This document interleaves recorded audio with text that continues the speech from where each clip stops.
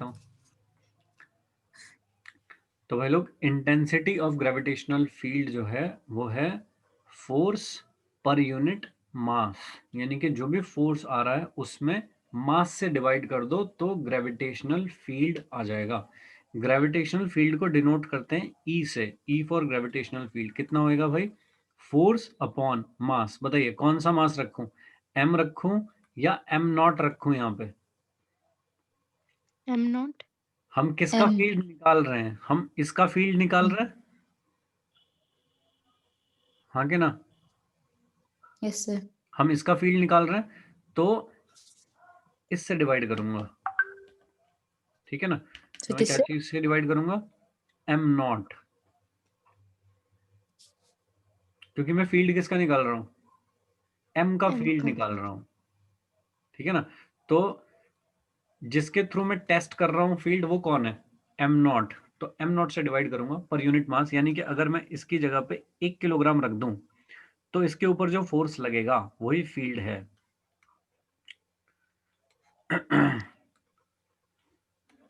और सर में कैसे पता लगेगा कि एम नॉट फील्ड के अंदर है या नहीं है? हाँ, एम नॉट फील्ड के अंदर है कि नहीं है ये हमें कैसे पता लगेगा? 1 मिनट, सही सवाल पूछा। अब आ जाए, क्या ये समझे भाई? ये कैसे है? ठीक है ना? ये क्या फॉर्मूला आ गया? G M upon R square. तो अगर मैं लिखना चाहता हूं gravitational field due to a point mass m at a distance r, अगर लिखना चाहता हूं तो उसका फॉर्मूला है G M upon R square, ऐसे। ठीक है, डेफिनेशन क्या है? डेफिनेशन है ये कि फील्ड क्या होता है? फील्ड होता है force experienced by unit mass. यानी कि अगर मैं एम नॉट को 1 कर दूं तो E is equal to F हो जाएगा क्या? तो इसका मतलब एम नॉट जितना फोर्स एक्सपीरियंस करेगा उसे ही एम का फील्ड कहते हैं। तो इंपॉर्टेंट फॉर्मूला जो कि न्यूमेरिकल्स में काम आएगा वो है ये कि gravitational field due to a point mass m at a distance r कितना होता है? gm अपॉन आर स्क्वायर होता है। ठीक है, नेगेटिव भी लगा हुआ ओके सर। होता है कई बारी कि एक नेगेटिव लगा है तो नेगेटिव सिग्निफाई करता है कि भाई जो फील्ड है वो किधर होगा? टुवर्ड्स दिस, इस मास m की तरफ होगा field. Sir field opposite direction में होता है, जिस डायरेक्शन में ऑब्जेक्ट चल रहा होता है उसकी। नहीं, ऑब्जेक्ट चल कहाँ रहा है? अभी चलने की बात तो किसी की नहीं आई। तो मतलब जहाँ पे है। भाई इस पे फोर्स किधर लगेगा? सर इधर लेकिन लगेगा इसमें ना? फिर नेगेटिव कैसे लगा फील्ड में? नहीं, नेगेटिव का मतलब नेगेटिव नहीं है। एक मास है यहाँ पे, एक मास रखा हुआ था यहाँ पे एम नॉट, तो इसकी वजह से इसके ऊपर फोर्स किधर लगेगा? इधर लगेगा। Yes sir. अगर ये एम नॉट यहाँ नहीं रखा हुआ होता, यहाँ रखा हुआ होता तो फोर्स किधर लगता? इधर लगता। यस अगर यस सर। ये सर। यहाँ रखा हुआ होता तो क्या इधर लगता? यहाँ रखा हुआ होता एम यस नॉट सर। तो किधर लगता? तो भाई इधर लगता।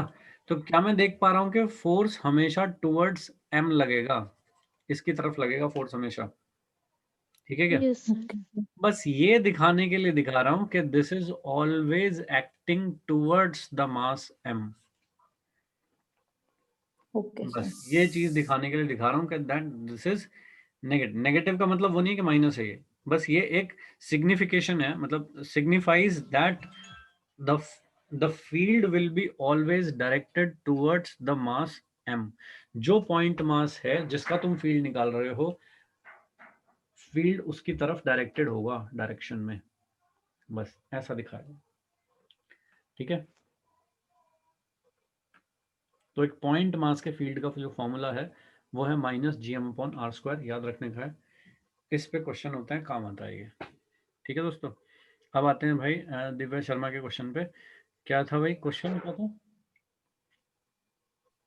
तो पता कैसे चलेगा कोई ऑब्जेक्ट फील्ड में है नहीं है? फील्ड में है कि नहीं है? अब देखना पड़ेगा। देखिए, अगर आर की वैल्यू बढ़ती जाए तो बताइए ई का क्या होगा? 1/4। कम होगा। मैंने कब कहा डबल है, मैं तो इंक्रीज कर रहा हूँ। नहीं सर, मतलब जितना भी है उसका इंक्रीज होता जाएगा 1/4। भाई। ई यस कैसा सर। है? Inversely proportional to R square है। तो जैसे जैसे आर बढ़ेगा तो यस क्या ई कम होता जाएगा? हाँ कि ना? Yes sir.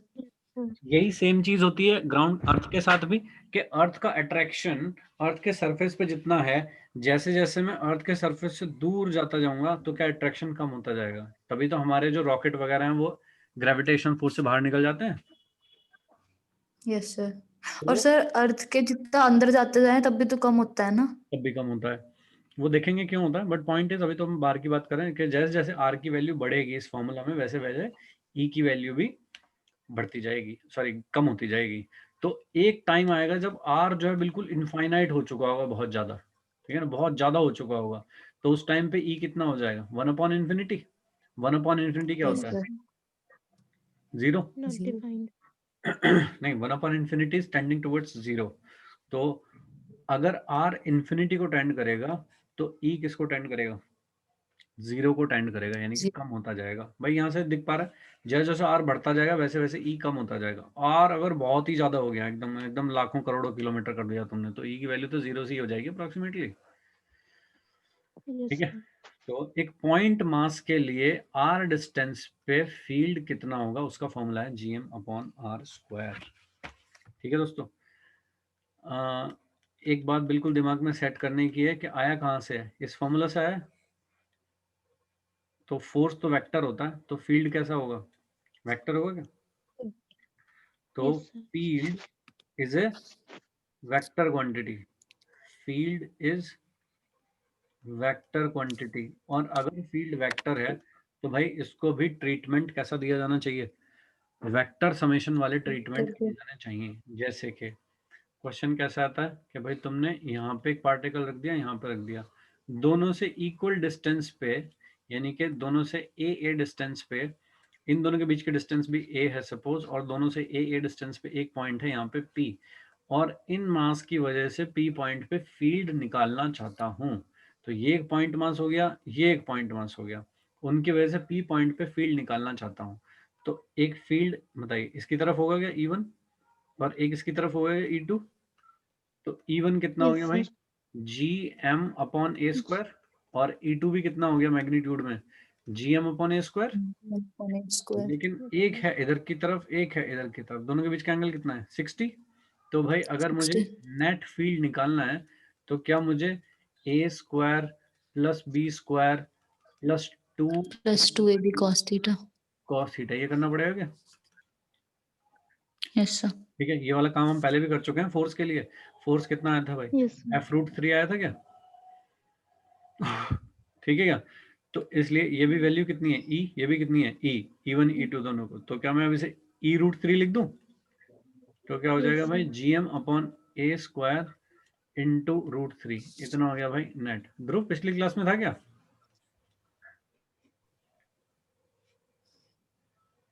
E net is equal to e√3, ऐसा हो गया भाई। ठीक है। या फिर सिंपल, आपने जो फोर्स निकाला था वो कितना निकाला था? gm²√3/a²। तब यहाँ पे भी एक मास रखा हुआ था ना? Yes sir. फाइन। अगर तुम्हें अब उस पॉइंट पे ई निकालने को बोला जाए तो क्या करोगे? मास से डिवाइड कर दोगे क्या इसमें? Yes sir. सर दोबारा बताना क्या पॉइंट था? लो भाई, ऐसा आ जाएगा क्या?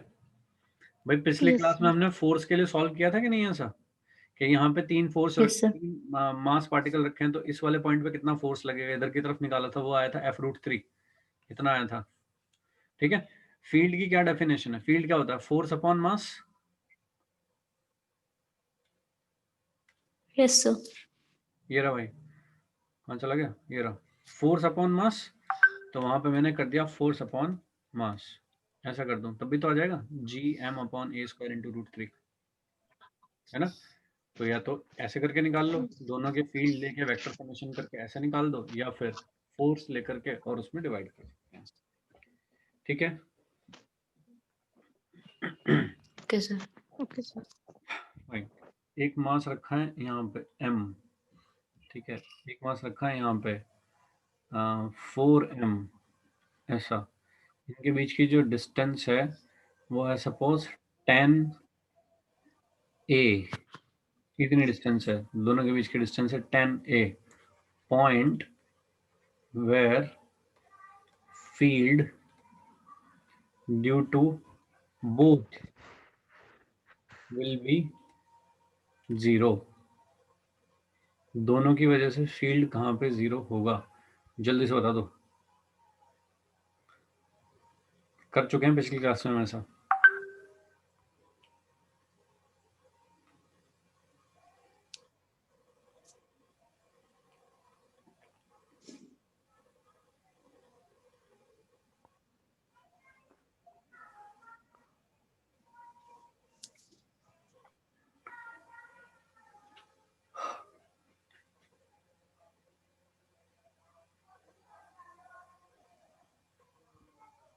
सर 2a 2a कहाँ से? m से। m से। तुमने क्या किया होगा? यहाँ पे एक पॉइंट मान लिया होगा p, x डिस्टेंस पे। Yes sir. तो अब E1 is equal to E2 हो जाना चाहिए, यानी कि इधर की तरफ जो फील्ड है वो इधर की तरफ के फील्ड के इक्वल हो जाना चाहिए, ठीक है ना। E1 कितना हो यस जाएगा सर। भाई? GM upon x square. इधर कितना हो जाएगा? G into 4M upon 10A minus. 10 minus x square. ठीक है, अभी क्या करूं? अंडर रूट कर दूं? Yes, sir. ऐसा कर दूं? क्रॉस मल्टीप्लाई करूं? 10A इज इक्वल टू कितना हो गया? 3x। x कितना हो गया भाई? 10a upon 3. 10A अपॉन 3, ऐसा हो जाना चाहिए, ठीक है। Yes. Okay sir. चलेगा, आगे चलते हैं। ओके, अब आते हैं भाई, ये था एक पॉइंट मास की वजह से r डिस्टेंस पे फील्ड, उसका फॉर्मूला होता है GM upon r square. Point mass की वजह से r डिस्टेंस पे फील्ड। अब कुछ कुछ चीजें ऐसी लिखते हैं जैसे कि कोई प्लैनेट है, स्फेरिकल शेल शेप का। स्फेरिकल शेल कैसा होता है भाई? Sir empty sphere. On radius r का एक शेल है, ठीक है ना, मतलब होलोस्फेयर, है ना। होलोस्फेयर अपने कहने के लिए ठीक है, बुक्स में जो वर्ड लिखा होता है वो लिखा होता है स्फेरिकल शेल। तो इसलिए स्फेरिकल शेल, शेल का मतलब होता है जो अंदर से खाली हो, उसको कहते हैं shell. Mass M radius R का एक शेल है, तो मैं ऐसा बना देता हूँ, सपोज इस तरह का कोई शेल है। अब उससे मुझे पूछा जा रहा है ग्रेविटेशनल फील्ड किस किस पॉइंट पे पूछा जा सकता है। देखिए, आउटसाइड पूछा जा सकता है, ऑन द सरफेस पूछा है सपोज, और एक थर्ड इनसाइड कहीं पे पूछा जा सकता है। तो 3 पोजीशंस पे फील्ड पूछा जा सकता है मुझे। एक spherical shell mass M radius R का है, मास एम रेडियस आर का है, उसकी वजह से फील्ड पूछा है मुझे कहाँ कहाँ पे? Outside, on the surface and inside. 3 point पे फील्ड के फॉर्मूले पता होने चाहिए। इसके लिए देखिए क्या हो जाएगा, बाहर अगर पॉइंट है तो रेडियस से ज्यादा होनी चाहिए distance, R greater yes than R. Sir. अगर पॉइंट सरफेस पे है तो R is equal to R होनी चाहिए, भाई यही तो है आर। और अगर पॉइंट अंदर है तो क्या उसकी डिस्टेंस सेंटर से रेडियस से कम होनी चाहिए, Yes, ठीक sir. है, यस सर। फाइन। तो एक एक के लिए बताता हूँ क्या फॉर्मूले हैं, इनके डेरिवेशन हैं लेकिन किसी काम के नहीं है, कहीं पूछे नहीं जाते, इसलिए उनको करने से कोई फायदा नहीं है। अपन सीधे फॉर्मूला याद करेंगे, खत्म करेंगे। आउटसाइड फील्ड की वैल्यू होती है E, वो होती है GM अपॉन आर स्क्वायर। एक शेल के लिए आउटसाइड जो वैल्यू होती है फील्ड की वो होती है GM अपॉन आर स्क्वायर। क्या इतनी ही तुमने अभी पीछे पढ़ी थी पॉइंट मास के लिए? Yes sir. Yes, sir. भाई पॉइंट मास कैसा होता था? जो बस यहाँ बैठा हो बेचारा अकेला। और ये कैसा है? ये शेल है, पॉइंट मास तो नहीं है ये। लेकिन जब कैलकुलेशन करते हैं तो आउटसाइड पॉइंट के लिए वैल्यू इतनी ही आती है जितनी कि एक पॉइंट मास के लिए आती है। ठीक है। सेकंड, ऑन द सरफेस,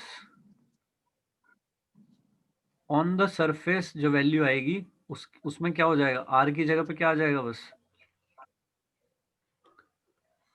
ठीक है क्या? Yes, sir. भाई अब आर कौन हो गया है? रेडियस के बराबर हो गया ऑन द सरफेस के लिए, तो कितना हो जाएगा? GM upon Yes. R square. R and square. Third, radius वाला। इनसाइड, इनसाइड कोई पॉइंट है सी सपोज, ठीक है ना? तो इनसाइड पॉइंट सी के लिए हो जाएगा E इज इक्वल टू 0। तो शेल के अंदर अगर कोई पॉइंट है, यानी कि खोखला गोला है, उसके अंदर अगर कोई पॉइंट है तो वहां पे फील्ड होगा 0। वहां पे फील्ड 0 होगा तो क्या इसका मतलब वहां पे अगर मैंने कोई चीज रख दी तो उसके ऊपर फोर्स भी 0 होगा? भाई Yes, फोर्स sir. कितना होगा? m0 इंटू ई होगा कि force? Yes, sir. Yes sir. E है 0, तो फोर्स भी कितना हो गया? 0। Mm. इसका मतलब अगर हमने सी Zero. पॉइंट पे अंदर कोई मास रख दिया तो इस गोले की वजह से जो उसके ऊपर फोर्स लगेगा अंदर वो 0 लगेगा, क्योंकि अंदर फील्ड 0 है। ठीक है क्या? Yes, sir. और सर हम्म ये जो बाहर वाला है और जो सरफेस वाला है, उन दोनों में से बड़ा कौन सा आएगा? आप देख मतलब लो, किसकी फील्ड मतलब ज्यादा बढ़िया आएगी? तुम सोचो, मुझे तो ये पता है बस। ओके सर, तो बी की आएगी। तो बी की ज्यादा आएगी, तो सरफेस पे ज्यादा आएगी, जैसे जैसे मैं बाहर की तरफ जाऊंगा तो कम होती जाएगी फील्ड। ठीक है। फाइन। एक इसका पूछा जाता है ग्राफ, कि इसका ग्राफ बना के बताओ कि कैसा आएगा। कि ई फील्ड यहाँ पे है, आर यहाँ पे। अब बताइए ग्राफ कैसा आना चाहिए भाई? 0 से लेकर के, मतलब जब तुम सेंटर से लेकर के और यहाँ तक जाते हो, यहाँ तक, तो फील्ड कितना है? 0, 0। Yes, sir. है ना? तो फील्ड 0 से लेकर के और सरफेस तक जाने तक फील्ड कितना होना चाहिए? Mm. 0, Zero. है ना? आर होने तक फील्ड 0 होना चाहिए। उसके बाद क्या होता है? तुरंत जैसे ही आर आता है तो तुरंत कहाँ पहुंच जाता है ये? Mm. सबसे ऊपर मैक्सिमम पे। यहाँ पहुंच जाता है कहीं जीएम अपॉन आर स्क्वायर पे। Yes, sir.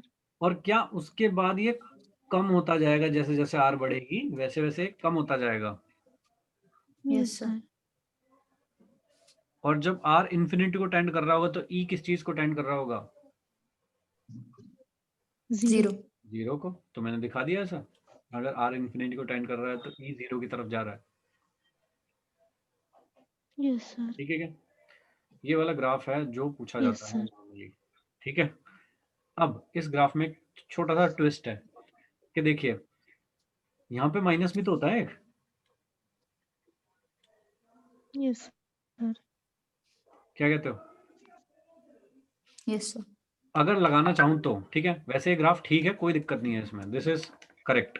लेकिन कहीं कहीं बुक्स में अगर तुम्हें ऐसा ऐसा बना हुआ दिखे,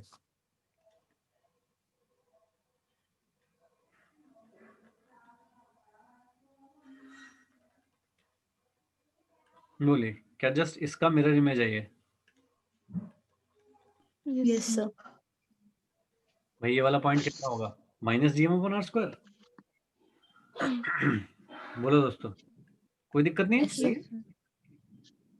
अगर कोई नेगेटिव कंसीडर करना चाहता है तो ये ग्राफ बना देगा।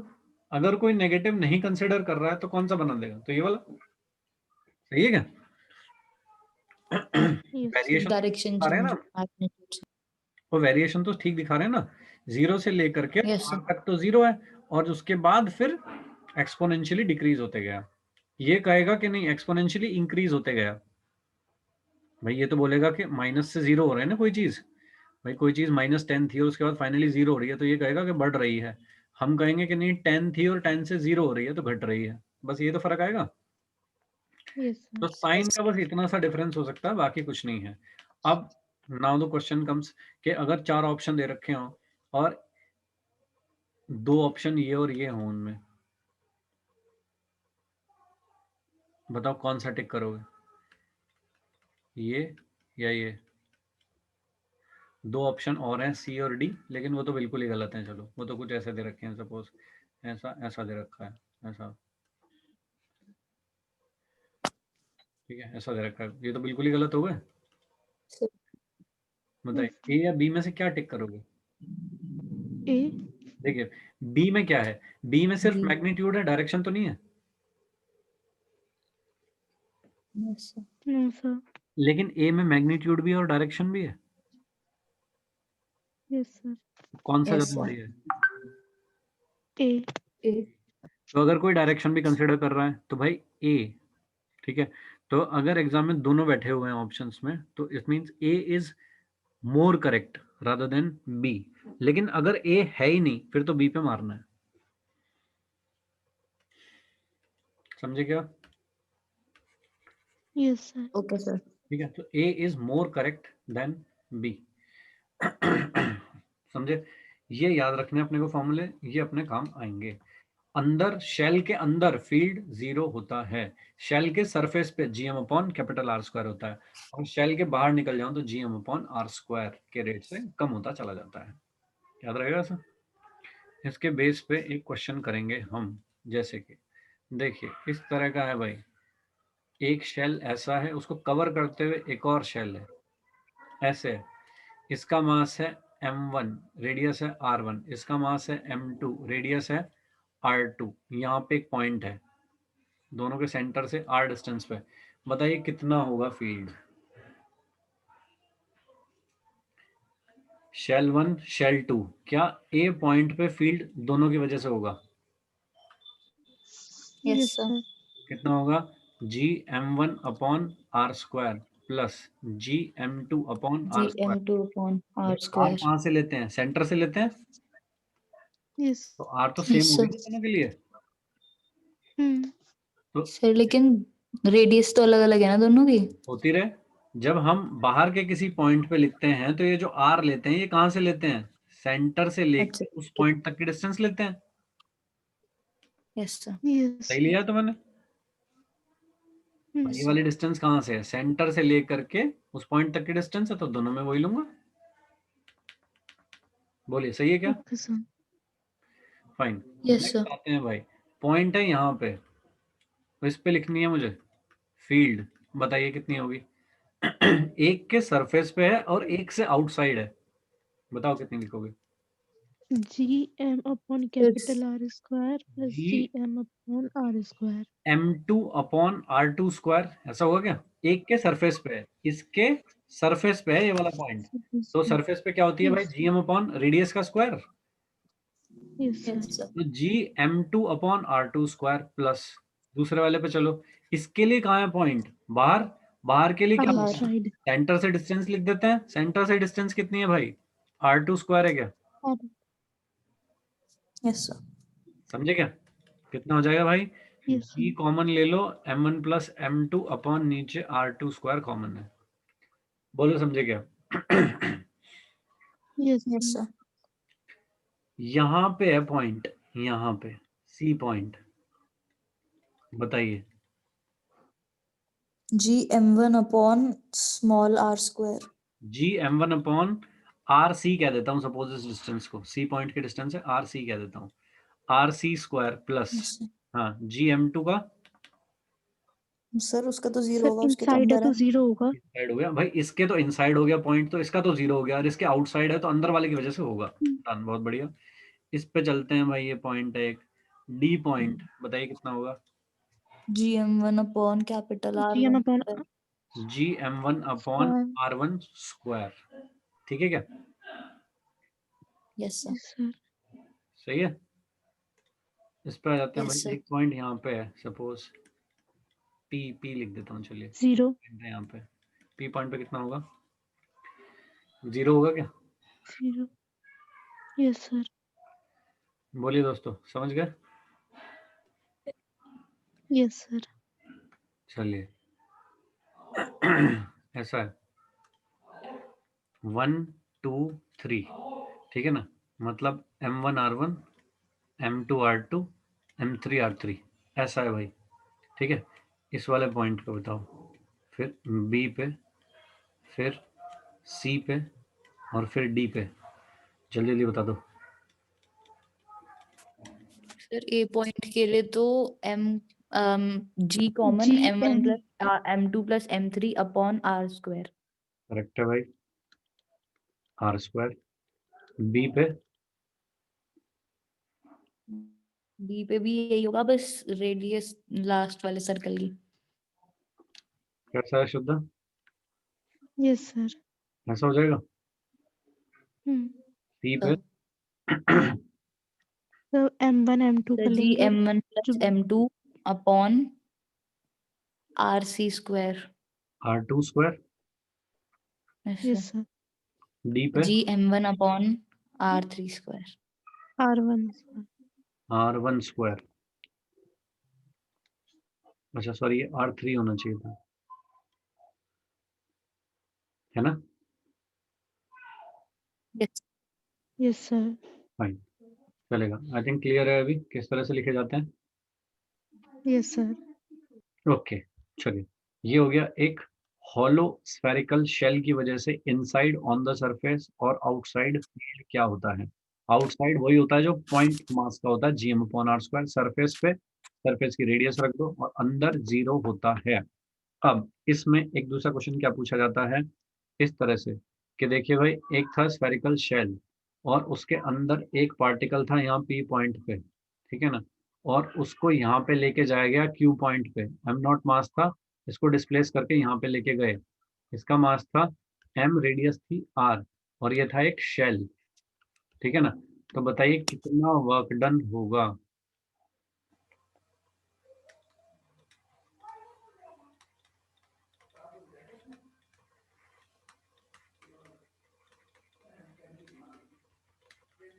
बोलो भाई। अबे फोर्स सर एक बार क्वेश्चन रिपीट कर दो। एक पॉइंट मास है M नॉट, उसको P पॉइंट से Q पॉइंट पे लेके गए हैं एक शेल के अंदर, ऐसे लेके गए हैं, तो कितना वर्क डन करना पड़ेगा इस डिस्प्लेसमेंट में।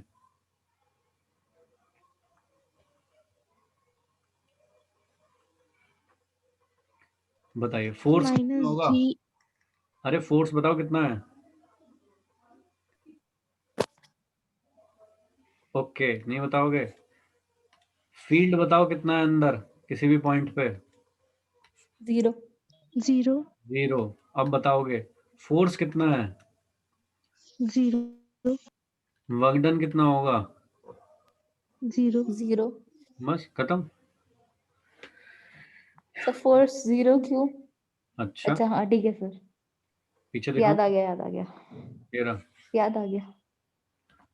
ठीक है भाई लोग, तो भाई वर्क डन होगा 0। अगर शेल के अंदर किसी पार्टिकल को डिस्प्लेस करता हूं तो उस पर जो वर्क डन होगा दैट विल बी 0। तो ठीक है,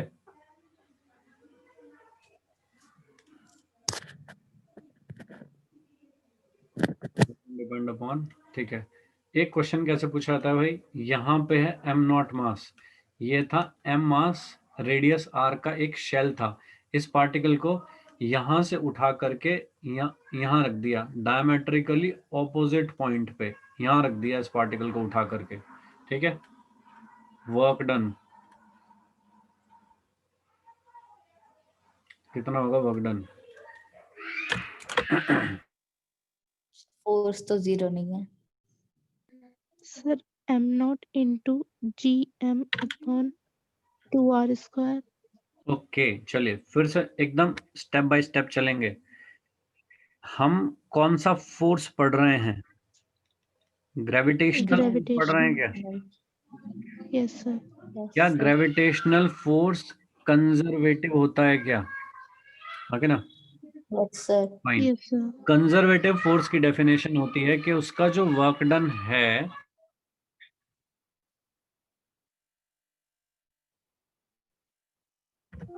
उसका जो वर्क डन है वो पाथ इंडिपेंडेंट होता है, हाँ कि ना? Okay sir. Yes, sir. Okay, force में कोई चेंज आया क्या बताइए? Yes sir. भाई यहाँ पे इसके ऊपर जितना फोर्स लगेगा यहाँ पे भी तो उतना ही फोर्स लगेगा, यस सर। Okay, sir. तो कुछ चेंज तो आया नहीं। Yes sir. वर्क डन कितना होगा? 0. 0। ठीक सर है, फिर 0 क्यों? ओके ओके चलेगा। ये अर्थ है, सपोज यहाँ पे एक पार्टिकल रखा था m0 मास का, तुमने उसे उठा के यहाँ रख दिया, बताओ वर्क डन कितना होगा?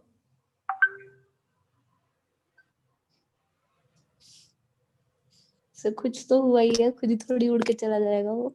हाँ ठीक है, मतलब वर्क डन बाय ग्रेविटी कह रहा हूँ मैं, work done by gravitational force. भाई ऊपर लेके गया, तो सर जितना ऊपर जाने में लगा उतना ही नीचे जाने में 0 हो गया। खत्म, 0। ठीक है, ठीक है तो सर। इसे भी तो कहीं ना कहीं ऐसे ही लेके गया हूँगा, हाँ कि ना? Okay sir. तो भाई क्या हुआ इसका भी? 0। ठीक है Yes, sir. भाई, ये भी तो कहीं ना कहीं तो डांस वांस करते हुए ऐसे ऐसे गया होगा, पर जितना पॉजिटिव उतना नेगेटिव, काम खत्म, हाँ कि ना? Yes, sir. और अगर तुम ऐसे चला के ले ओके। गए हो, इस पाथ पे अगर चला के लेके जाओगे, हमेशा ऐसे चला के लेके जाओगे मान लो, तब क्या देखते हो तुम कि भाई फोर्स कहाँ लगेगा? हमेशा ऐसे लगेगा सेंटर की तरफ, Center की side. और क्या Yes, sir. डिस्प्लेसमेंट हमेशा उसके परपेंडिकुलर है, Hmm. तो भी 0 होगा क्या? Yes, sir. ऐसा कह लो, चाहे ऐसे भी दिख पा रहा है कि 0 है, वैसे भी दिख रहा है कि जो ग्रेविटेशनल फोर्स होता है वो कंजर्वेटिव होता है, वो इनिशियल एंड फाइनल पोजीशन पे डिपेंड करता है वो पाथ पे डिपेंड नहीं करता। तो पोजीशन में तो कोई चेंज आया नहीं, पहले भी सरफेस पे रखा हुआ था, बाद में भी सरफेस पे। हाँ, अगर ऐसा बोले कि भाई यहाँ पे था पहले पार्टिकल और यहाँ से अब तुम उठा के यहाँ ले गए, तो भाई इस वाले पॉइंट पे जो फील्ड होता है वो इतना होता है, इस वाले पॉइंट पे जो फील्ड होता है वो चेंज हो जाता है। अब फोर्स चेंज हो गया, अब हुआ होगा वर्क डन कुछ ना कुछ, ठीक है क्या? Okay, sir. वैसे अब ओके इसमें सर। कोई दिक्कत नहीं, इसमें कोई वर्क डन नहीं, ये सिचुएशन तो सेम, ये वाली सिचुएशन हो गई ना भाई, एक जगह से उठाया वहीं Hmm. अर्थ पे और दूसरी जगह पे रख दिया, तो क्या क्या ही चेंज हो गया? इसमें कुछ भी नहीं हुआ, ठीक है। Okay sir. चलिए, ये डन। तो इस टाइप के कुछ कुछ क्वेश्चन इससे पूछे जाते हैं शेल पे। आगे चलते हैं भाई, शेल को छोड़ के आगे निकल लेते हैं, वो है स्फेयर। जब मैं स्फेयर बोलूं तो इसका मतलब बाय डिफॉल्ट वो सॉलिड है, लेकिन चलो फिर भी लिख देता हूं, that is called solid sphere of mass m and radius r। ऐसा है भाई, मास m एंड रेडियस r का सॉलिड स्फेयर है, ठीक है। ओके, सॉलिड है तो चलो ऐसा बना देता हूँ, कैसे कलर का बनाऊं? ब्लू कलर का बनाऊंगा। ऐसा होता है भाई, मान लीजिए सॉलिड स्फेयर ये है। 3 पॉइंट इसके लिए भी वैलिड होंगे कि मैं इसमें भी आउटसाइड लिखूंगा कहीं पे, ऑन द सरफेस लिखूंगा, ऑन द सरफेस लिख रहा हूं सपोज, और इनसाइड लिखूंगा कहीं पे, 3 जगह पे लिख सकता हूं। तो अकॉर्डिंगली मैंने 3 पॉइंट चूज कर लिए, ए बी सी। तो 3 पॉइंट्स पे लिख सकता हूं, field at A B and C. A point क्या है? आउटसाइड, इसका मास m, रेडियस r, तो भाई ए पॉइंट की जो डिस्टेंस होगी सेंटर से वो रेडियस से ज्यादा ही होगी, ठीक है। बी पॉइंट की Yes, sir. सर 0 शायद। r के बराबर होगी, सेंटर से गिनी जाती है सारी डिस्टेंस, Yes, sir. ठीक है। और सी इनसाइड एक पॉइंट है, तो उसकी जो डिस्टेंस r होगी वो Less रेडियस से than. कम होनी चाहिए, ठीक है।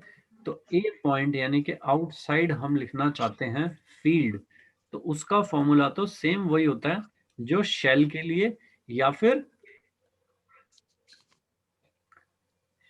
पॉइंट मास के लिए होता है। तो सॉलिड स्फेयर के लिए भी सेम होता है, gm/r²। बी पॉइंट में तो कोई खास बात है ही नहीं, उसमें क्या कर देते हैं भाई, आर को कैपिटल आर रख देते हैं क्या? Yes, Yes, sir. sir. बस इसके अंदर का जो फॉर्मूला है वो डिफरेंट है, वो होता है GM upon R cube into R. ये होता है इनसाइड का formula, GM upon R cube Okay, sir. Into R, ऐसा होता है। ठीक है, अगर तुम मुझसे पूछो कि ऐसा कैसे हो गया तो मैं बता पाऊंगा, बाकी अगर if you are satisfied with that तो मुझे कोई दिक्कत नहीं है, इतना याद करना काफ़ी है अपने लिए। ठीक है भाई, अर्थ कैसा है? सॉलिड स्फेयर है। सर थोड़ा सा बता देते कैसे हुआ।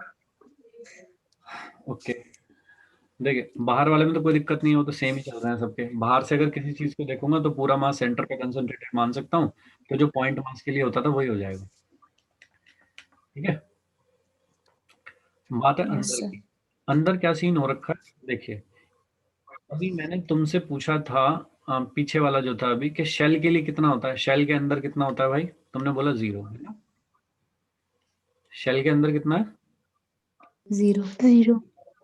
तो देखो ये है एक सॉलिड स्फेयर, ठीक है, और मुझे इसका बनाना है शेल, मुझे इसका बनाना है शेल। तो क्या मैं ऐसे बना दूंगा इसे शेल? देखना ये शेल बन गया, Yes, sir. Yes, sir. देखना ये शेल है क्या ये?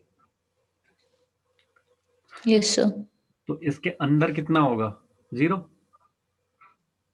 Yes, sir. फाइन, तुम कहाँ पहुंच गए? तुम पहुंच गए इस वाले पॉइंट पे, सी पॉइंट पे, तुम यहाँ पे पहुंच गए। ठीक है, या अंदर किसी पॉइंट पे निकालना चाहते हो। ठीक है दोस्तों, मान लीजिए तुम यहाँ पे निकालना चाहते हो, इस पॉइंट पे निकालना चाहते हो, अंदर सॉलिड स्फेयर के अंदर निकालना चाहते हो, तो तुम क्या देखते हो कि अगर मैं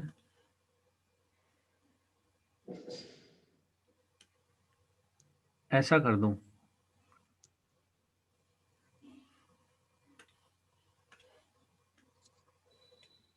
पॉइंट तो ये रहा सी पॉइंट,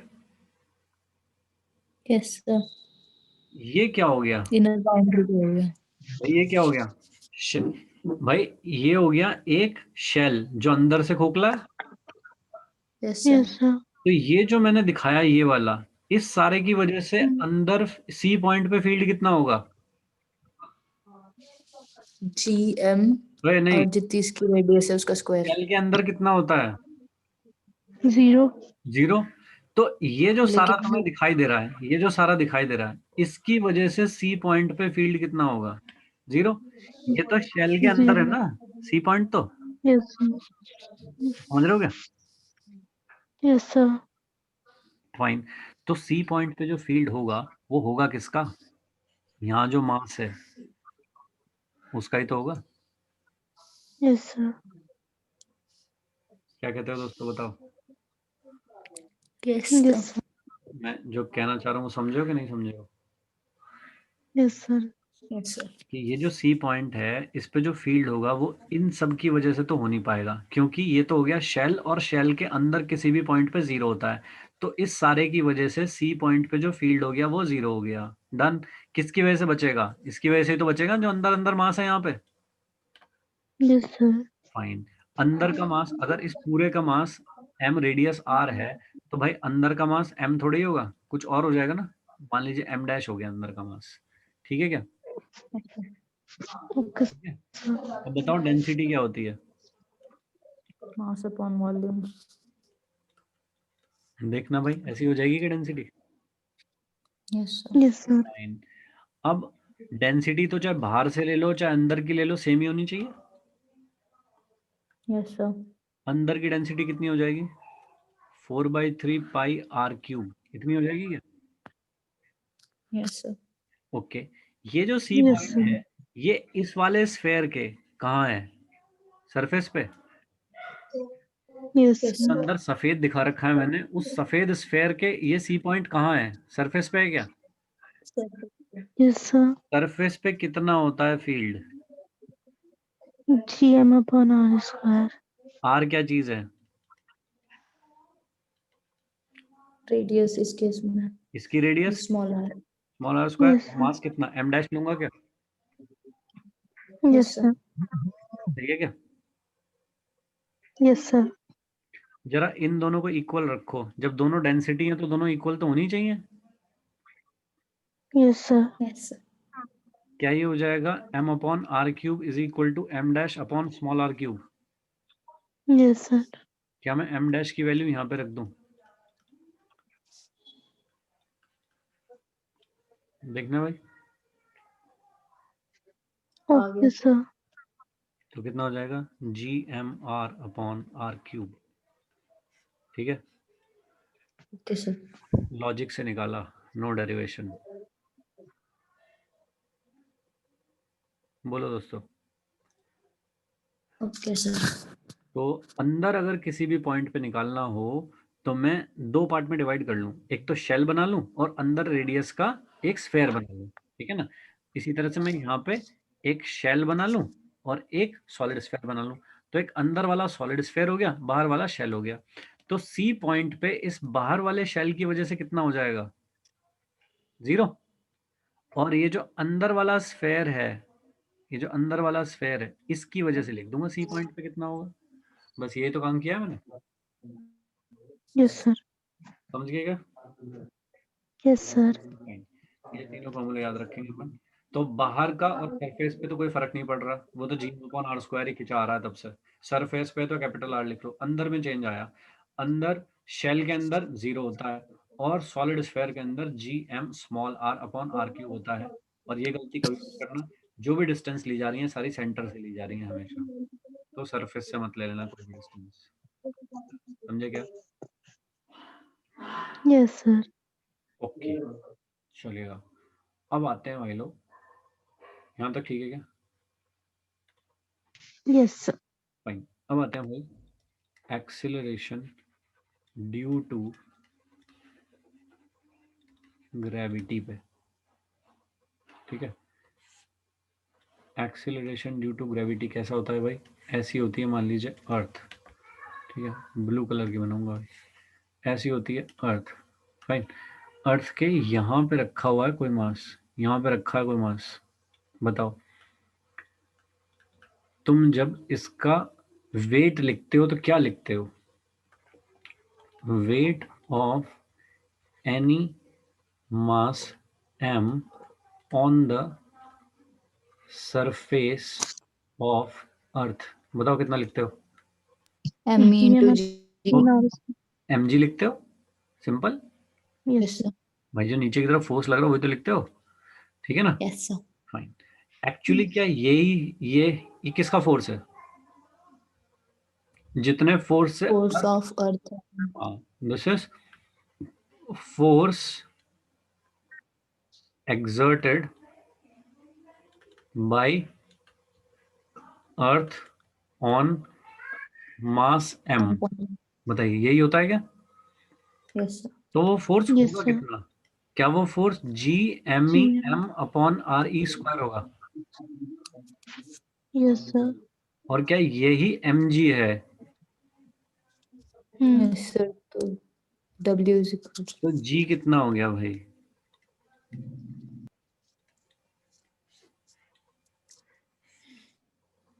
बोलो भाई लोग। Okay, sir. अब बताओ, ये फॉर्मूला थोड़ा देखा देखा सा नहीं लग रहा? Yes, sir. Yes, sir. Surface वाला. ये देखना, G M upon R square. Yes. Fine. इसका मतलब जिसे तुम एक्सेलरेशन ड्यू टू ग्रेविटी समझ रहे हो वो एक्चुअली क्या है? फील्ड। भाई जिसको हम actually acceleration due to gravity समझ रहे हैं वो क्या चीज है? Field. फील्ड है वो। और ठीक है क्या? Yes, sir. बस ये बोलते ही बाकी सारे संकट खत्म हो गए अपने। हम समझ गए कि एक्सेलरेशन ड्यू टू ग्रेविटी जो जो है वही फील्ड है। ठीक है ना? ग्रेविटेशनल फील्ड, अर्थ का जो ग्रेविटेशनल फील्ड है वो वही है जो जिसको हम आज तक एक्सेलरेशन ड्यू टू ग्रेविटी समझते रहे। तो इसका मतलब जो जो मेरे सॉलिड स्फेयर के लिए जो फील्ड के फॉर्मूले होते थे सारे वैलिड होंगे क्या इसके लिए? Yes, sir. ठीक है क्या?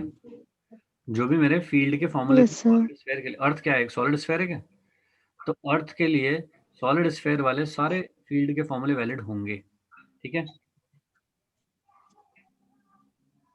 बोलो भाई लोग, Okay, sir. चलिए Okay, sir. एक बार इस पे और रहते हैं जरा सा। 6.67 10 to the power minus 11, अर्थ का मास 6 into 10 to the power 24 upon radius 6.4 into 10 to the power 6 का स्क्वायर।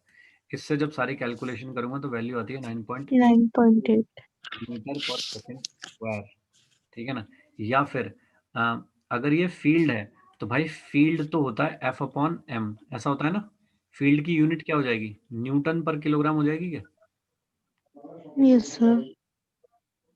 तो मैं इसकी जगह पे न्यूटन पर किलोग्राम भी लिख सकता हूँ क्या। Hmm. भाई न्यूटन क्या होता है, मास इनटू एक्सेलरेशन, और अपॉन तुमने 1 किलोग्राम और कर दिया, क्या बचेगा, मीटर पर सेकंड स्क्वायर तो बचेगा। Yes, sir. Yes, sir. Same ही बात है ना, कुछ डिफरेंस नहीं है, सेम ही चीज़ है दोनों, मीटर पर सेकंड स्क्वायर कह दो या फिर न्यूटन पर किलोग्राम कह दो, एक ही बात है। तो आज तक हम ये पढ़ते आए हैं, इसलिए हमें ये थोड़ा नया सा लगेगा, अरे अच्छा फील्ड होता है क्या ये। तो ठीक है भाई, अब अपने को समझ में आ गया कि ग्रेविटी जो होती है, जिसको हम ग्रेविटी जी कहते हैं आज तक, वही फील्ड होती है। अब पॉइंट आता है कि भाई ये वाली कहाँ पे है ग्रेविटी, ऑन द सरफेस है ये तो जब मैं सरफेस से Yes, ऊपर sir. जाऊंगा या सरफेस के अंदर जाऊंगा तो क्या ग्रेविटी चेंज होगी, यस, क्योंकि फील्ड तो चेंज So, होता है, बाहर के लिए अलग फॉर्मूला है, सरफेस के लिए अलग फॉर्मूला है, अंदर के लिए अलग फॉर्मूला है। तो भाई इसी तरह से ग्रेविटी के फॉर्मूले भी तो चेंज हो जाएंगे, हाँ कि ना।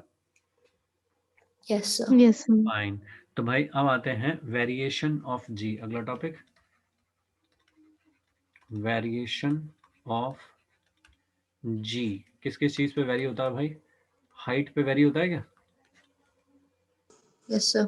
अब बताइए, हाइट पे वेरी कराना है मुझे, तो लो भाई ये हो गया, और अब आजा हाइट पे, कि मैं पहले तो यहाँ पे बैठा हुआ था, ठीक है ना, और फिर मैंने अपने मास को उठा करके यहाँ पहुँचा दिया, या मैं यहाँ पे पहुँच गया, एच हाइट ऊपर पहुँच गया, सपोज इस वाले पॉइंट पे पहुँच गया। सेंटर से जो मेरी डिस्टेंस है वो कितनी है, ये वाली आर ई थी, और अब मैं एच हाइट ऊपर पहुँच गया, तो यहाँ पे कितना होता है, जी होता है, और जब ऊपर पहुँचूंगा तो क्या जी डैश चेंज नहीं हो जाएगा, ठीक है। तो बताइए Yes, sir. जी कितना होगा, जी होगा जी एम ई अपॉन आर ई स्क्वायर, जितना फील्ड होता है सरफेस पे उतना ही होगा, वो ठीक है क्या।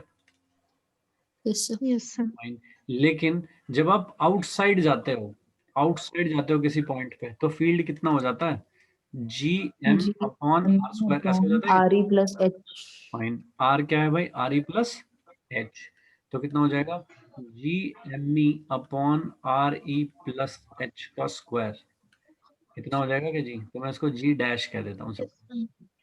बोलो भाई चेंज हो गया क्या। Yes, Yes, sir. sir. तो अगर किसी हाइट पे जाऊंगा तो जी की वैल्यू चेंज हो जाती है, कैसे चेंज हो जाती है, ऐसे चेंज हो जाती है, g dash g equal to ji M E upon R E plus h, ठीक है। इस इक्वेशन को जरा ठीक सा लिख लो एक बारी, R E square is equal to ji M E, ऐसा लिख सकता हूँ कैसे, मैं मल्टीप्लाई कर दूं इधर बस, Yes, sir. तो जी एम ई की वैल्यू यहाँ पे रख दूं, तो वही तुम्हारा जो स्कूल में पढ़ा होगा वो जाना पहचाना फॉर्मूला बन जाएगा, ऐसा कितना हो गया, आर ई प्लस एच का स्क्वायर। तुम चाहो तो इस आर ई स्क्वायर से नीचे डिवाइड भी कर सकते हो। ध्रुव है क्या, गायब हो गया, सर हूँ। देख भाई दोस्त, ऐसा पढ़ा है तूने, ऐसा, ठीक है दोस्त। तो किस चीज से निकला ये, फील्ड के जो फॉर्मूले हैं अभी हमने उससे ही निकला है, कि एक सॉलिड स्फेयर के सेंटर से आर डिस्टेंस पे जो फील्ड होता है वो G M upon R square होता है, वो आर की वैल्यू सेंटर से मेजर करी जाती है, इसलिए आर ई प्लस एच हो गई। तो ये हो गया भाई फॉर्मूला, ठीक है। इसमें हमने जी एम ई की जगह पे जी आर ई स्क्वायर रख दिया, आर ई से डिवाइड कर दिया, तो ये फॉर्मूला बन गया। आई थिंक ये वाला फॉर्मूला तो तुम्हें याद होगा, तुमने पढ़ा होगा, ठीक है। Yes, sir. ओके, बोलिए भाई, क्लियर है सर। Yes, sir. तो ये है किसी हाइट के साथ जी किस यस तरह से सर। चेंज होता है, दिस इज द फॉर्मूला, ये है एग्जैक्ट फॉर्मूला, ठीक है ना, बिल्कुल एग्जैक्ट फॉर्मूला है। अब तुमसे कोई क्वेश्चन पूछने लगे कि find G at a height 1 meter from earth surface, क्या करोगे भाई? h की जगह 1 मीटर भर देंगे। h की जगह 1 मीटर लिख देंगे भाई। देखो भाई कितनी पेनफुल काम है ये, 1 मीटर अपॉन 10⁶ और इसका स्क्वायर। करना चाहोगे?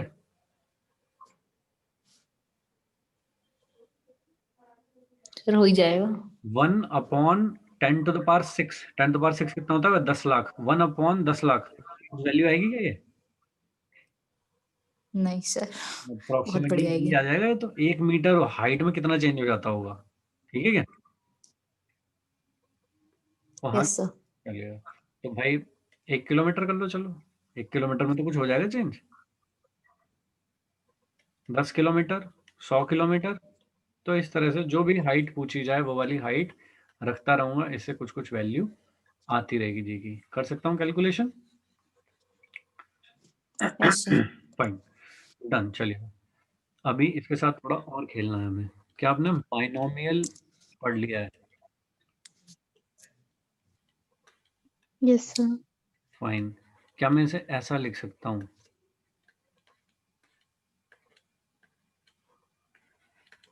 Yes, sir. इसे ऊपर लिख दूं इसे। 1 प्लस एक्स की पावर n का एक्सपेंशन क्या होता है भाई?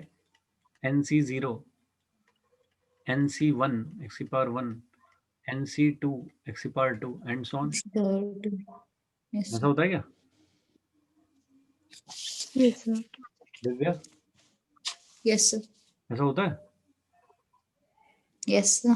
कोई नहीं पढ़ा, कोई दिक्कत नहीं, इट्स ओके। इसमें कंडीशन आती है नहीं सर, पढ़ा हुआ है। फाइन, x जो है वो लेस देन 1 होना चाहिए। ये कंडीशन होती है तब एक्सपेंड करते हैं इसको, है कि नहीं? मैं इसी तरह से करना चाह रहा हूं इसका एक्सपेंशन। फाइन, बताओ भाई कितना आ जाएगा? 1 प्लस, हाँ चलेगा, डायरेक्ट कर देता हूं। तो इसकी वैल्यू है, एक सेकेंड में कंडीशन लिखनी भूल गया। कंडीशन इज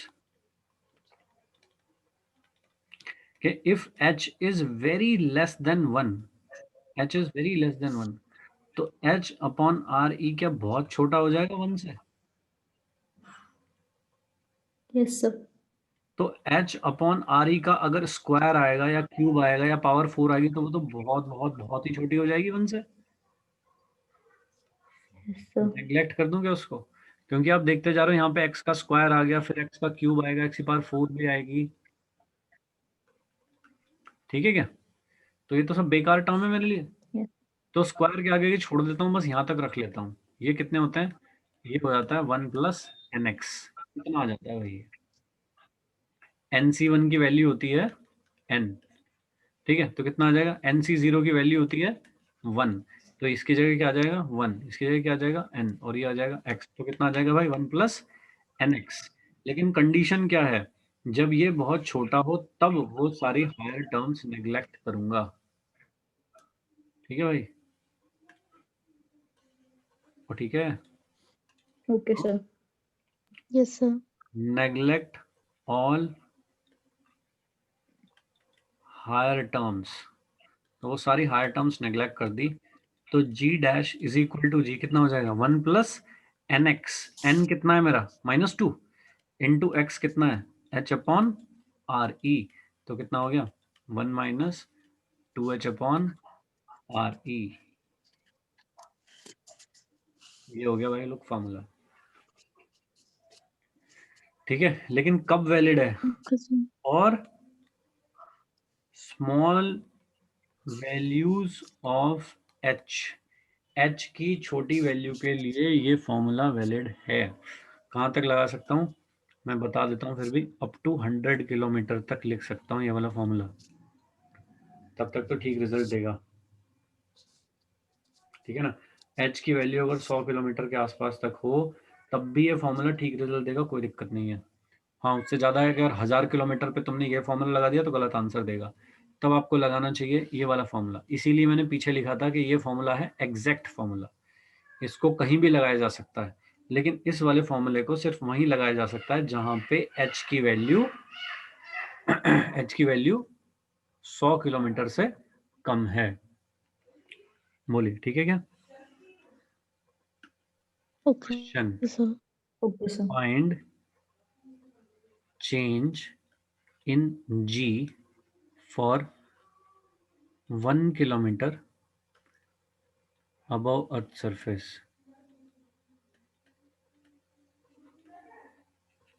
1 किलोमीटर में कितना चेंज आ जाएगा? अब बताइए। अगर ये वाला फॉर्मूला लगाओगे तो भाई स्क्वायर भी करोगे फिर उसका इनवर्स भी करोगे तब जाके आएगा। आई थिंक ये ज्यादा इजी है।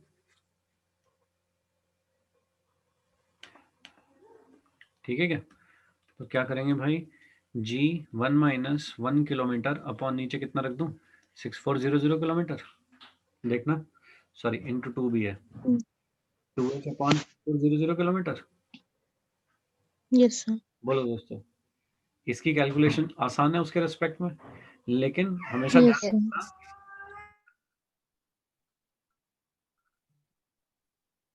ये वाला फॉर्मूला सिर्फ वहीं पे लगा पाऊंगा जहां पे h की वैल्यू कम हो तभी लिख पाऊंगा। बहुत छोटी है। ठीक है, h की वैल्यू छोटी होनी चाहिए, नहीं कि 100 किलोमीटर के अंदर होनी चाहिए तब लिख पाऊंगा। ठीक है, इसको कर लोगे कैलकुलेट, समझ जाओगे। Yes, sir.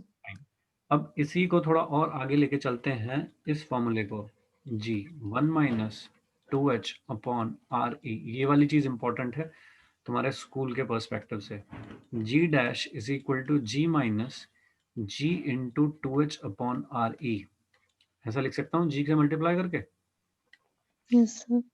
G dash minus G is equal to minus ji into 2h upon R E, लिख सकता हूँ। बताइए ये क्या है? Mm. चेंज इन जी है क्या ये? Yes, sir. Yes, sir. Delta G. Delta G लिख देता हूँ, तो चलिए मैंने डेल्टा जी लिख दिया। तो फॉर्मूला हो गया delta g is equal to minus g two h upon R. Correct. ठीक है, 2h, Yes, sir. Sorry, delta g upon g कर दूं अगर मैं यहाँ पे, Minus 2h upon RE. ये क्या चीज है?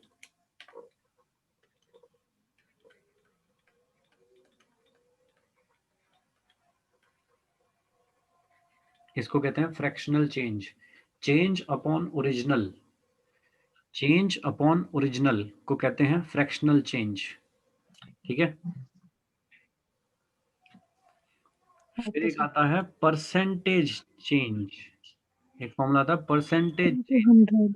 डेल्टा जी 1g इंटू 100, कितना हो 100. जाएगा, minus 2h upon R E into 100। ठीक, Yes, sir. ये एक फॉर्मूला है परसेंटेज का, कोई खास बात नहीं है। यस, इसमें खास बात है, ये याद रखना पड़ेगा फ्रैक्शनल का। फ्रैक्शनल किससे आया? चेंज से। चेंज होता है ओरिजिनल माइनस अभी क्या है, अपॉन ओरिजिनल कर दूं तो फ्रैक्शनल चेंज आ जाएगा, 100 से मल्टीप्लाई कर दूं तो परसेंटेज चेंज आ जाएगा। ठीक है, question, Okay, sir. find value of h above the surface of earth for 1% change in g। g में 1% का चेंज हो जाए उसके लिए h की वैल्यू अबव द सरफेस कितनी होगी?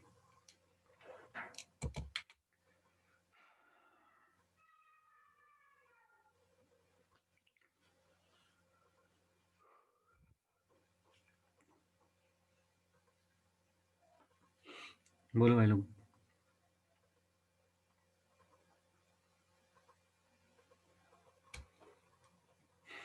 पहले तो ये सोच लो 1% का चेंज क्या बहुत ज्यादा होता है क्या? नहीं, No, sir. sir. छोटा ही है, तो ये वाला फॉर्मूला लगा के चल जाएगा काम। अगर ज्यादा Yes, Yes, sir. sir. कोई कहता है कि 10% का चेंज, तो भाई फिर ये वाला फॉर्मूला नहीं लगा सकता, फिर 10% तो ठीक ठाक चेंज होता है। Yes, sir. ठीक है ना, Yes, sir. तब फॉर्मूला वही लगाऊंगा, g is equal, g dash is equal to g upon 1 plus h upon R e का स्क्वायर, तब लगाऊंगा, क्योंकि बहुत छोटा सा चेंज क्या रखा है, इसलिए यही वाले फॉर्मूले से कर लेंगे। अब यहाँ पे बात आ रही है परसेंटेज चेंज की। परसेंटेज चेंज कितना होता है भाई, ये होता है क्या? Yes, sir. Yes, तो क्या sir. मैं लिख दूं 2h upon R E into 100? ये कितना होना चाहिए भाई? 1 के बराबर होना चाहिए Yes, Yes, sir. sir. भाई। ये किस में है? परसेंटेज में है ना ये भी। Yes, sir. Is equal to 1, ये भी तो परसेंट है, तो 1% के बराबर So होना चाहिए। minus नहीं लगा. Yes, sir. माइनस का मतलब होता है कि डिक्रीज हो रहा है, माइनस का मतलब डिक्रीज हो रहा है, वो तो पता ही है हमें, जब हम ऊपर जाते हैं तो डिक्रीज तो होता ही है। Okay, sir. ठीक है, अब उसे बताइए भाई। दिखाने के लिए होगा. हाँ, ये इज इक्वल टू कितना हो गया? 6400 किलोमीटर हो जाएगा कि Yes, sir. H is equal to RE upon 200. 200 हो जाएगा क्या? बताना कितना हो गया? 32 हो गया क्या? 320. Yes, sir. लो भाई, 32. लेकिन अगर मैं 32 किलोमीटर ऊपर चला जाऊं अर्थ के सरफेस से, तो जी का जो चेंज है वो 1% हो जाएगा। Okay, sir. ठीक है, Yes, sir. इस पे डायरेक्ट क्वेश्चन पूछे जाते हैं। Right? Yes, sir.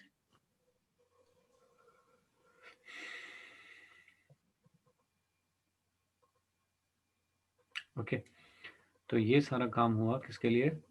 Variation of ji height के लिए। तो हाइट पे किस तरह से वेरी हो रहा है? हाइट पे जैसे फील्ड है जीएम अपॉन आर स्क्वायर, ठीक उसी तरह से लिख दिया जीएम अपॉन आर स्क्वायर। फिर उसमें थोड़ा सरफेस पे कितना होता है जी, वो वाला फॉर्मूला उसके अंदर सेट कर दिया, तो ये फॉर्मूला बन गया। ठीक है ना। फिर हमने क्या किया? अप्रोक्सीमेशन लिया कि अगर h बहुत छोटा हो आर ई से, तो मेरा फॉर्मूला ये वाला जो था वो रिड्यूस होके ऐसा बन जाएगा। तो छोटी हाइट के लिए इससे काम चला लूँगा, कैलकुलेशन आसान हो जाती है इसमें, इसलिए। ठीक है जी। उस पे फिर हमने ये वाली चीज़ इंपॉर्टेंट है, ये करके देखी, -2h upon R E into 100।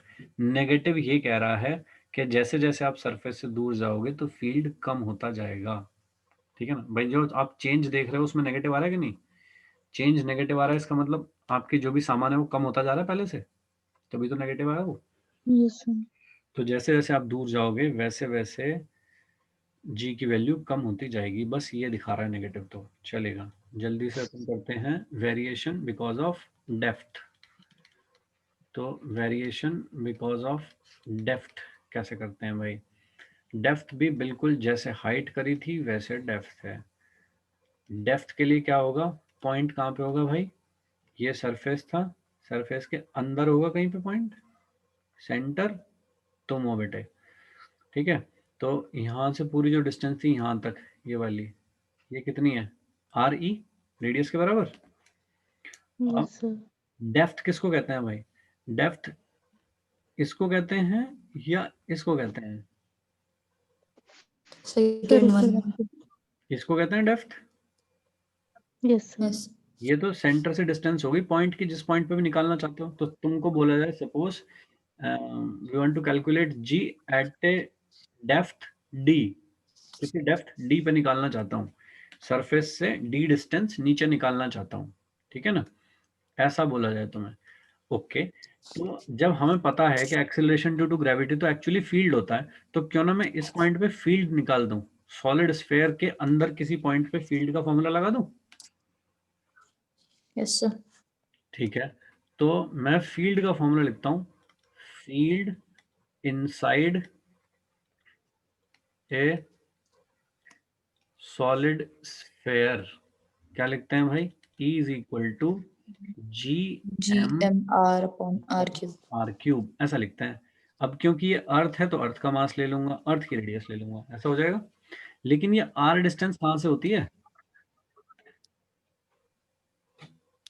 From the center. Centre से होती है भाई ये तो। लेकिन अपने को डेप्थ के Yes. बारे में पूछा जा रहा है बार बार कि डेप्थ बताओ, तो क्या मैं आर को आर ई माइनस डी भी लिख सकता हूँ? Yes, sir. Yes, sir. क्योंकि मैं तो अपना फॉर्मूला डेप्थ के टर्म्स में देना चाहता हूँ, तो आर ई माइनस डी लिख दूँ उसे। Yes, sir. Yes, sir. बोलो भाई लोग। ठीक है, तो इसकी जगह में क्या लिख दूंगा? जी। मास की जगह क्या लिख दूं? M E. R upon radius को क्या कर दूं? आर ई क्यूब कर दूं। अब ये अर्थ के लिए Yes, सेट हो गया sir. फॉर्मूला। ठीक है, आर क्यों क्या लिख दूंगा? आर हो जाएगा भाई आर ई माइनस डी, क्योंकि मेरा जो फॉर्मूला है उसमें आती है सेंटर से डिस्टेंस, लेकिन मुझे पूछा है डेप्थ पे क्या हो जाएगा। तो भाई अपन डेप्थ पे कर देते हैं, कितना हो जाएगा? आर ई क्यूब, ये तो ऐसे रख दिया, आर ई माइनस डी कर दूंगा इसको। Yes, sir. ऐसा कर दिया। ये हो गया भाई किसी डेप्थ पे अंदर फॉर्मूला, ठीक है। ये थोड़ा दिखने में मुझे अच्छा नहीं लगा, चेंज करूंगा। कैसे? सरफेस पे जो जी होगा वो तो GME अपॉन RE स्क्वायर ही होगा ना, Yes, sir. Yes, sir. तो क्यों ना मैं GME की जगह पे ये रख दूं। Okay, sir.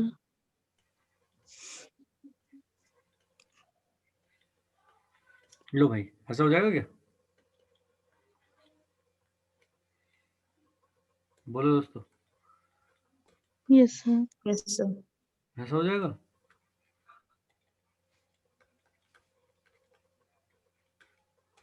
लो भाई, ये तो पढ़ाओ। Okay, sir. G dash is equal to G 1 minus D upon RE। तो D डेप्थ पे G कितना हो जाएगा? ओ दिव्या शर्मा, यहाँ भी दिखाई दे रहा है कि कुछ कम हो गया, 1 में से कुछ माइनस हो गया, तो इसका मतलब सरफेस के रिस्पेक्ट में कम हो गया होगा। Yes, sir. तो भाई Yes, कम हो sir. गया तो हो गया, चलिएगा। तो इसका मतलब ऊपर जाने पे भी कम होता है, नीचे जाने पे भी कम होता है, ठीक है। सरफेस पे सबसे ज्यादा होता है, तो इसका मतलब Yes, sir. क्योंकि ऊपर जा रहा हूँ कम हो रहा है, नीचे जा रहा हूँ कम हो रहा है, तो भाई सरफेस पे सबसे ज्यादा हो गया, ठीक है। Yes, sir. चलिए Yes, अब sir. आप निकालिए इसका change, fractional change, percentage.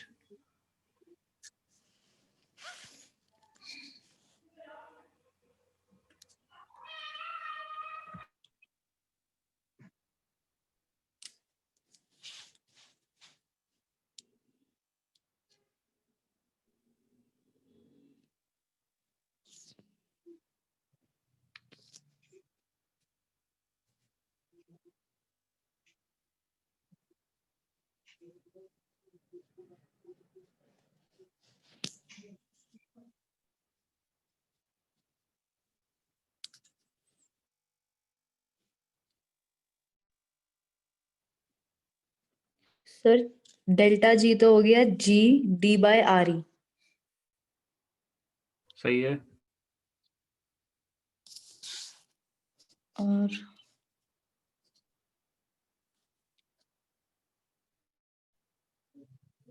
Fractional हो गया delta G upon G is equals to D by RE। ठीक है, Minus D by R.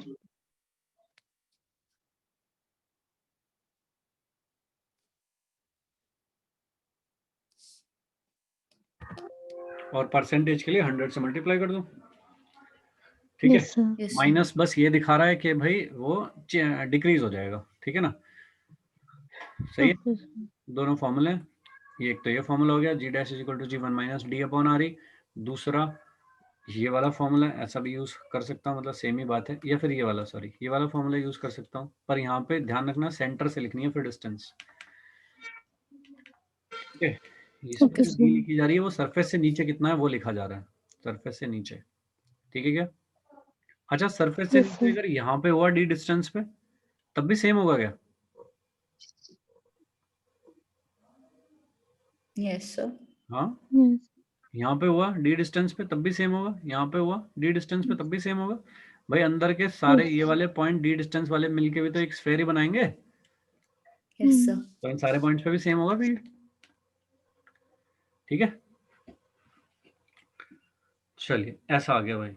अब जरा हम वो वाला क्वेश्चन एक बार सॉल्व कर दो। 1% का चेंज करने के लिए कितना नीचे जाना पड़ेगा?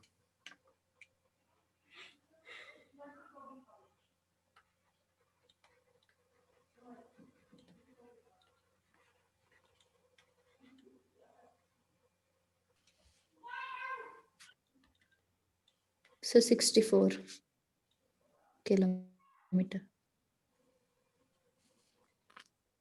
गलत नहीं करिए, 64, So हाँ D by R into 100 is equals to 1 ही तो लिखना है। सही कह रही है, सही कह रही है।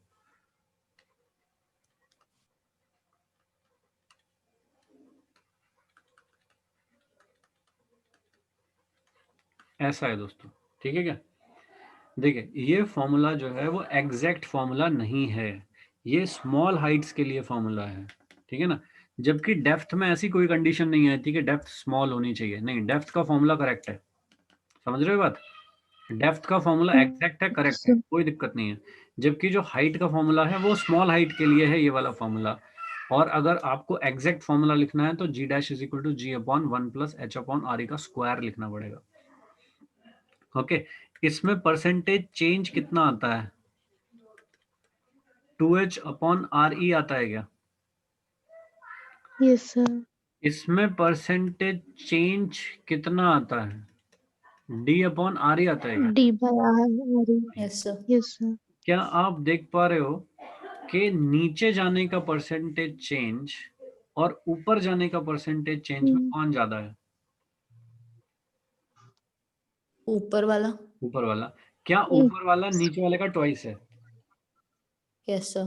फाइन। इसका मतलब Yes, अगर मैं sir. ऊपर जाऊं तो जी फास्ट चेंज होता है, डबल रेट से चेंज होता है नीचे जाने के रिस्पेक्ट में। क्या कहते हो? सर मीडियम Yes, अलग है इसलिए। मीडियम अलग है इसलिए, हाँ चलो ऐसा कह सकते हो। तो अगर मैं ऊपर जाता हूँ, देखिए अभी आपने 1% का चेंज निकाला, ठीक है ना? तो ऊपर जाने पे कितने किलोमीटर लगे थे? 32 किलोमीटर। और नीचे जाने पे Yes, कितने sir. लगे? 64 किलोमीटर। 64। 1% का चेंज करने के लिए नीचे जाना पड़ा 64 किलोमीटर, जबकि ऊपर 32 किलोमीटर में ही हो गया 1% का चेंज, यानी कि ऊपर वो फास्ट डिक्रीज हो रहा है कि नहीं? Yes, sir. Yes, sir. तो ऊपर का जो रेट ऑफ डिक्रीज है वो नीचे के रेट ऑफ डिक्रीज का डबल है। ठीक है क्या? Yes, sir. Okay, sir. Percentage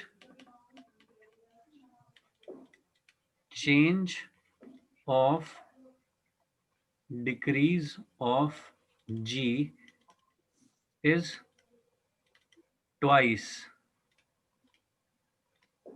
above the surface with respect to down the surface। ये समझ गए क्या? Yes, sir. ये वाली चीज प्रूव करने को आती है हमारे स्कूल में। Percentage change in the decrease of g is twice for above the surface with respect to down the surface। समझ गए क्या ऐसा? Yes, sir. ओके। कब तक के लिए है? जब तक के h की वैल्यू स्मॉल है तब तक ये वाला फॉर्मूला वैलिड है, अदरवाइज नॉट। ठीक है क्या? तुमको कोई बोले कि for how much depth G at surface becomes g/2, कितनी डेप्थ पे सरफेस पे जो g है वो g/2 हो जाएगा? बताओ। For small height. ओए ओए,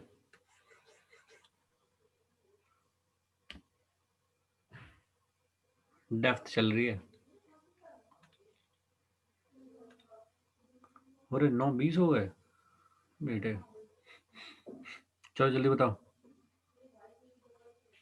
डेप्थ का फॉर्मूला लगाना है श्रद्धा, 1 minus D upon R e, ऐसा।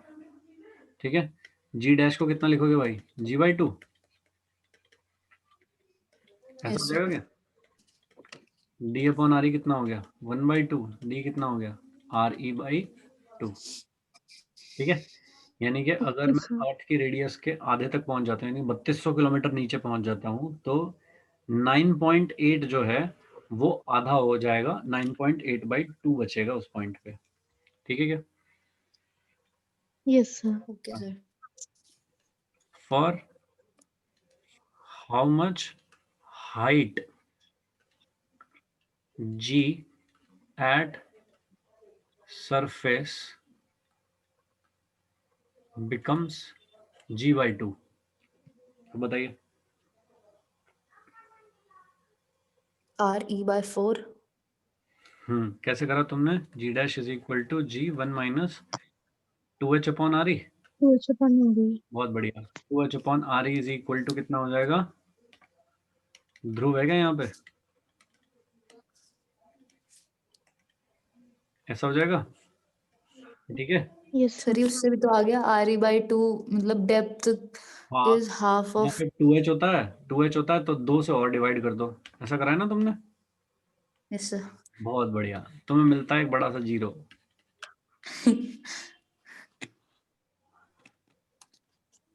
बताइए श्रद्धा जी, क्यों मिला आपको 0?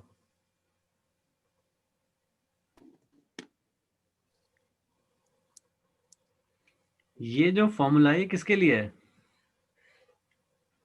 Small Heights. Small height.